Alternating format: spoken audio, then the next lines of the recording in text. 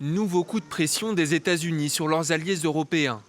Selon un rapport de l'agence de presse Reuters, le Pentagone aurait indiqué à des diplomates à Washington cette semaine que les pays d'Europe avaient jusqu'en 2027 pour prendre en charge la majorité des capacités de défense conventionnelles de l'OTAN. Un investissement supplémentaire demandé pour les dépenses relatives aux renseignements, aux troupes et aux armes non nucléaires. S'ils ne le font pas, les États-Unis menaceraient de cesser de participer à certains mécanismes de coordination de la défense de l'OTAN. Une pression de l'administration Trump sur les alliés de l'OTAN qui n'est pas nouvelle. En mars, le président américain s'était déjà demandé s'il défendrait les pays qui ne dépensent pas assez. Je leur ai dit que s'ils ne payaient pas, nous ne les défendrions pas. Je leur ai dit cela il y a 7 ans. Et grâce à cela, ils ont payé des centaines de milliards de dollars. L'objectif des États-Unis à atteindre d'ici 2027 semble irréaliste pour plusieurs responsables européens.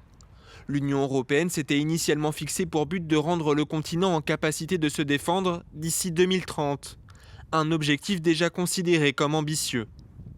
En juin dernier, Donald Trump applaudissait les dirigeants européens pour avoir soutenu un plan visant à porter les dépenses de défense à 5% de leur PIB.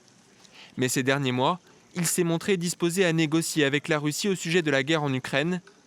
Son vice-secrétaire d'État a déclaré cette semaine au ministre des Affaires étrangères des pays membres de l'OTAN qu'il était évident que les alliés devaient assumer la responsabilité principale de la défense de l'Europe.